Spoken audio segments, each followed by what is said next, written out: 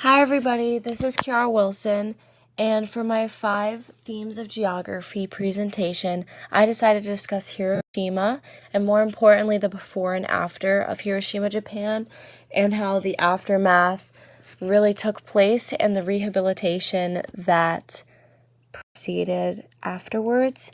And for the front cover, I decided to choose these photos as they all really summed up the overall aftermath, how the area was left. As we see the headlines, we see citizens and their new daily lifestyles, we see the rubble, and just all around. We're going to explore a little bit more into that, but it's a good first glimpse.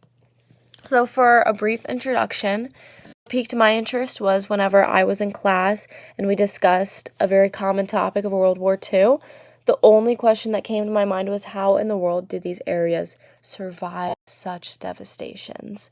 And so Hiroshima, Japan is an amazing example, as they were the first place ever to be hit by a nuclear bomb, bombs plural, miraculously, and they made still a recovery, but how? How was the culture impacted? Will the area ever revert back to semi-normality?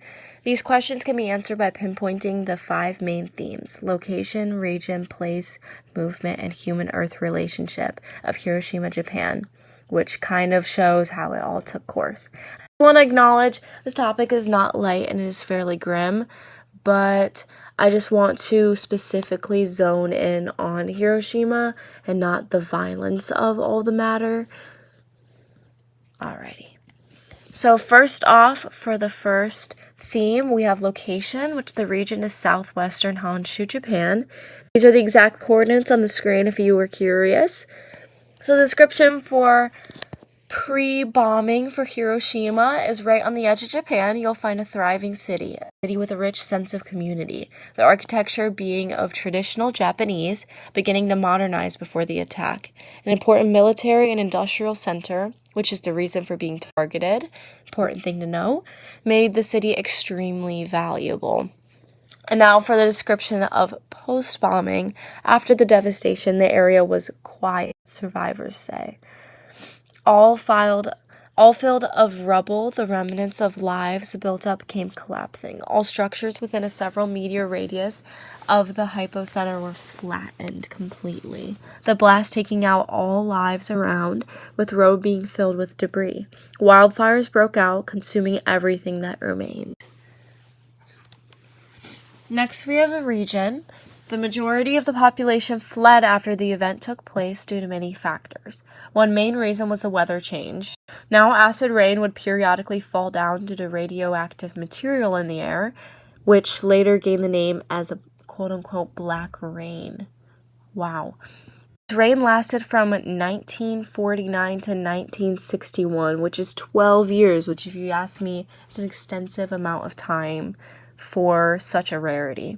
The soot in the air also caused respiratory problems, being an intense issue to bear, which is the main reason when it came to health aspects as for why all citizens fled.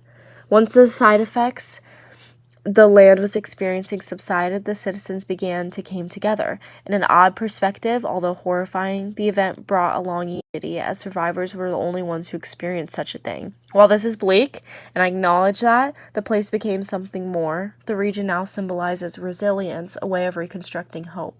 Now the city lives anew, and lives have been rebuilt on the same ground that survived the bombing of 1945. For the next theme, we're going to explore human-Earth relationship. And so to comprehend this a little bit further, and to take a deep dive in the reasoning for the incident, I asked myself what really drove humans to this point. So what to know is America's rivalry against Japan. Throughout the majority of the war, the Axis powers had the military edge. In an attempt to stop the war immediately, the United States invented the technology to dominate. Knowing the possible side effects, very clearly, might I add, Americans knew there was no other option still. When the opportunity arose, the bomb was dropped during 9:15 a.m. to take people by surprise, wiping out an entire city alone. I will just say noting the precise calculations is just mind-blowing me, and seeing the The construction in the left corner is also mind-boggling. For the land, humans have altered it permanently. After almost 100 years of rehabilitation, there is still significant radiation detected underground. Decontamination is still being performed to protect plant health, but results show plant life may never make a full-on recovery. Now for the next theme, we're going to be talking about place. Hiroshima is moderately populated with a total of 1.1 million people there today, but the culture is lively, which is related to agriculture that can be found. Food can only be grown in these climates, such as the highest production for lemons, interestingly enough.